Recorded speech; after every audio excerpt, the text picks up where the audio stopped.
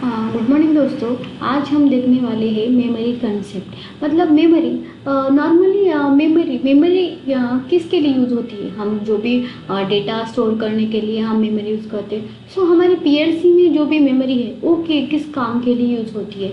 जो भी मतलब इसका क्या है, जो भी हम प्रोग्राम डेवलप करने वाले हैं सो उसको स्टोर करने के लिए हम ये मेमोरी यूज़ करते हैं। मतलब memory unit is a where the program is stored in PLC memory that can be used for a control action. मतलब जो भी हम डेटा स्टोर कर रहे हैं वो क्या कर रहे हैं, उसको स्टोर कर रहे हैं मेमोरी में, और उससे हम जो भी हमारे सिस्टम को कंट्रोल करना है सो उसी से हम कंट्रोल करने वाले। सो हम पहले देखेंगे कि ये मेमोरी मैपिंग क्या है। दोस्तों ये मेमोरी मैपिंग है। जैसे कि हमने इनपुट आउटपुट देखा था। इनपुट ना जैसे 8 बिट मेमोरी है, आउटपुट 8 बिट के होते हैं, आउटपुट 8 बिट के होते हैं। वैसे ही हमारी जो मेमोरी है वो भी से 8 बिट, मतलब जो भी 0 to 7 तक हुआ। मतलब ये क्या है हमारी पहली M0.0 to M0.7। ये क्या है हमारी एक 1 बिट मेमोरी है। Then again M1.0 to M1.7 ये हमारी दूसरी बिट मेमोरी है। ए 8 बिट और ए 8 बिट इस दोनों को हमने अगर कंबाइन किया तो एक हमारी वर्ड मेमोरी होती है। मतलब 16 बिट की जो भी मेमोरी होने वाली है उसे हम वर्ड मेमोरी कहते हो। और M2.0 M2.7 और M1 to 7.0 to 1 M1 to 7.7, मतलब ये 8 बिट। सो ये क्या हुए 16 बिट हो गए। आप ये 16 बिट के दो मेमोरी वर्ड मेमोरी हो गई। लेकिन हम अगर इससे एक कंबाइन करके एक मेमोरी रेडी करें तो वो क्या होती है हमारी डबल इंटीजर मेमोरी होती है। मतलब जो भी डबल वर्ड मेमोरी होने वाली है ना। सो एक ये कितने की होने वाली है 32 बिट। मतलब ये 32 बिट टू 124 बिट होने वाली है। मतलब ये 16 बिट की, ये 16 बिट की, बट ये 16 बिट टू 126 तक होगी। मतलब जो भी हमारे 127 से 127 है ना, 0 से 7 तक लास्ट है। सो ये हमारा मेमोरी मैपिंग है। मतलब जो भी हम मेमोरी स्टोर करते हैं मेमोरी में वो हमारे मेमोरी इसका मतलब है कि एक आर्किटेक्चर है।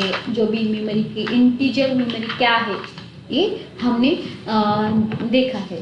सो इसकी जो भी मतलब ये बिट मेमोरी देखी, बाइट मेमोरी, वर्ड मेमोरी, और जो भी 2 वर्ड मेमोरी की हम एक जो डबल वर्ड मेमोरी है। ओके। सो हम आगे देखते हैं। आगे जो भी है हमारी मेमोरी क्या करती है। बाय यूजिंग मेमोरी कंसेप्ट और memory address we can reduce the number of inputs and output field devices making our program effective and optimized। मतलब जो भी हमारा इनपुट का और आउटपुट का जो भी एड्रेस है वो हमारे मेमोरी में स्टोर होने वाला है। आपको तो पता है मेमोरी में 2 टाइप होते हैं, जैसे कि रैंडम रैम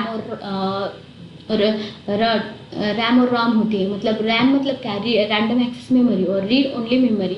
मतलब जो भी रैम है हमारी वो क्या कर रही है कि जो भी हमारा इनपुट और आउटपुट का जो भी एड्रेस है वो स्टोर करती है, और जो भी रीड ओनली मेमोरी है जो भी कंट्रोल करने का काम करती है हमारे डिवाइस को, जो भी डेटा स्टोर करने वाले हैं, हमारे प्रोग्राम डेवलप करने वाले वो होता है।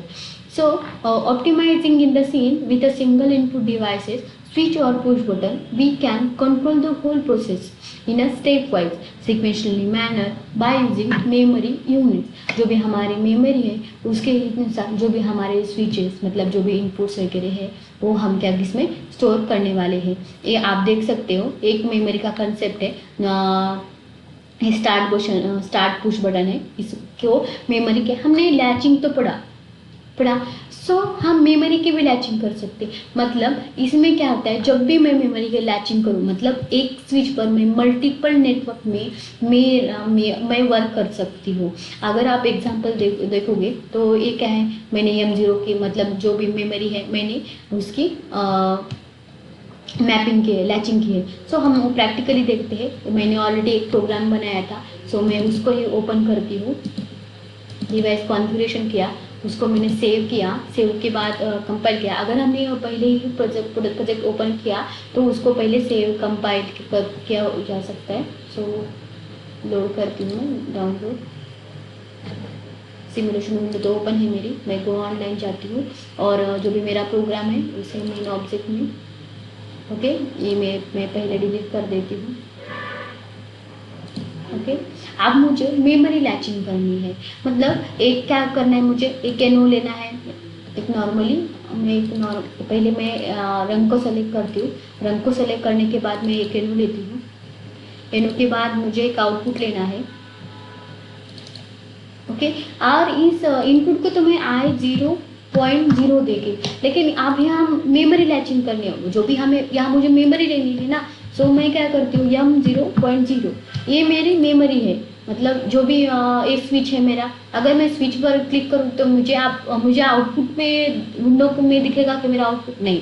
अब मुझे एक मेमोरी लेनी पड़ेगी। सो मैं इसको सेव करती हूँ, कंपाइल करती हूँ। मेरा डेटा जो भी है, जो भी मैंने प्रोग्राम किया वो मैं डाउनलोड करती हूँ और लोड करती हूँ। लोड करने के बाद मैं मॉनिटरिंग टर्न ऑन करती हूँ। ओके, मॉनिटरिंग टर्न ऑन हो गया। इसको अब मैं रन करती हूँ। रन करने से पहले मैं यहाँ आउटपुट लिया है क्या, मैंने नहीं, तो मुझे यहाँ क्या इंसर्ट करना पड़ेगा, मेमोरी। जो भी मेरी मेमोरी है, ये मेरी क्या है, एम 0.0 मेमोरी। मैंने एक मेमोरी यहाँ इंसर्ट कर दी। अब क्या मुझे करना है कि मुझे इस मेमोरी को रन करना है। सो मैंने रन भी किया और मुझे जो भी मेरा स्विच है उस एड्रेस पर मैं क्या करूँगी, क्लिक करूँगी। अब मुझे आउटपुट में नहीं दिखेगा, जो भी मेरी मेमोरी का जो भी मेरी मेमोरी की विंडो है उसमें मेरा आउटपुट दिखाई दे रहा है। ओके, समझ में आया दोस्तों? मतलब मैंने जब भी मेरे स्विच पर क्लिक किया तो मेरे आउटपुट कहाँ दिख रहा है, मुझे जो भी मेरा आउटपुट है वो मुझे मेमोरी में दिखेगा, क्योंकि मैंने मेरे आउटपुट की जो भी फाइल है उसको मैंने मेमोरी का एड्रेस दिया है। ओके, सो हम अब इसे टर्न ऑफ करती हूँ। अब मुझे मेमोरी की लैचिंग करनी है, मतलब क्या करना है, जो भी इस मेमोरी का एड्रेस है मुझे इसके पैरेलल में कनेक्ट करना है इनपुट देके, क्योंकि हमने देखा था लैडर डायग्राम में, जो भी हम ये आउटपुट का एड्रेस हम इनपुट के स्विच को दे सकते हैं, लेकिन इनपुट का आउटपुट के कॉइल को दे सकते हैं क्या, नहीं। सो मैं क्या करती हूँ कि पहले तो ओपन ब्रांच ले लूँगी, उसको एक कॉइल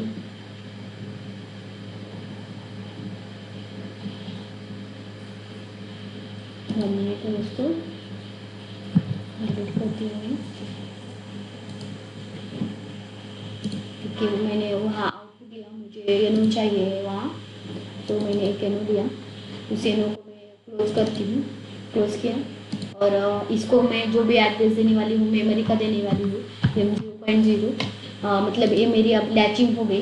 मतलब इस स्विच पर मैं भी कुछ भी चेंजेस करूँगी तब भी मेरा जो भी आउटपुट है वो कंटिन्यूसली और स्टिल ऑन कंडीशन में रहेगा। इसको सेव किया। सेव के बाद मैंने कंपाइल किया। कंपाइल के बाद मैं जो भी डेटा मेरे मशीन में डाउनलोड करूँगी उसको लोड करती हूँ और देन गो ऑनलाइन। जो भी हम सेम रेगुलरली जो प्रोसेस करते हैं वो कर लेंगे। और तब मॉनिटरिंग टर्न ऑन किया। फिर क्या करूँगी, मेरा जो भी प्रोग्राम है पहले तो इसको रिलीज़ करती हूँ। अब मुझे रन करना है, तो मैंने इस पर क्लिक किया। देखो मेरा आउटपुट तो आ गया, आप मेमोरी में देखोगे, पर मैं इसको चेंज करूँगी तो भी मेरा आउटपुट जो भी है वो स्टिल ऑन कंडीशन भी है। मैं इस स्टॉप कर देती हूँ और मुझे और कुछ इसमें ऐड करना है तो मैं करूँगी। अब मुझे इस स्विच पर ही दूसरा आउटपुट चाहिए, सो मैं क्या करती हूँ, पहले तो मैंने इस रंग को सेलेक्ट किया, इंस्ट्रक्शन में गई, इंस्ट्रक्शन में एक एनो लेती हूँ और एक आउटपुट लेती हूँ। मैं इस इनपुट को नाम देती हूँ, मेरे मेमोरी का एड्रेस देती हूँ, मुझे उस पर वर्क करना है। ओके, सो और ये मेरा आउटपुट है जो भी मेरा Q 0.0 है। अब मैं इस प्रोग्राम को सेव करती हूँ। सेव किया, कंपाइल किया, डाउनलोड किया, लोड किया और वो ऑनलाइन गई। को ऑनलाइन जाने के बाद हम मॉनिटरिंग टर्न ऑन करते हैं। टर्न ऑन किया और आप देखो मेरा जो भी मैं आउटपुट दे रही हूँ वो मैं रन करती हूँ। रन के बाद पहले तो मुझे इसको ऑन करना पड़ेगा ना, सो मैं वो ऑन करती हूँ। इस पर क्लिक किया। क्लिक करने के बाद आप देखोगे मेरा नीचे का जो भी आउटपुट है वो स्टिल ऑन कंडीशन, मतलब इस स्विच का मैंने एक स्विच दिया और मेरा आउटपुट मतलब मेरा लैम्प क्या हो गया, ऑन हो गया।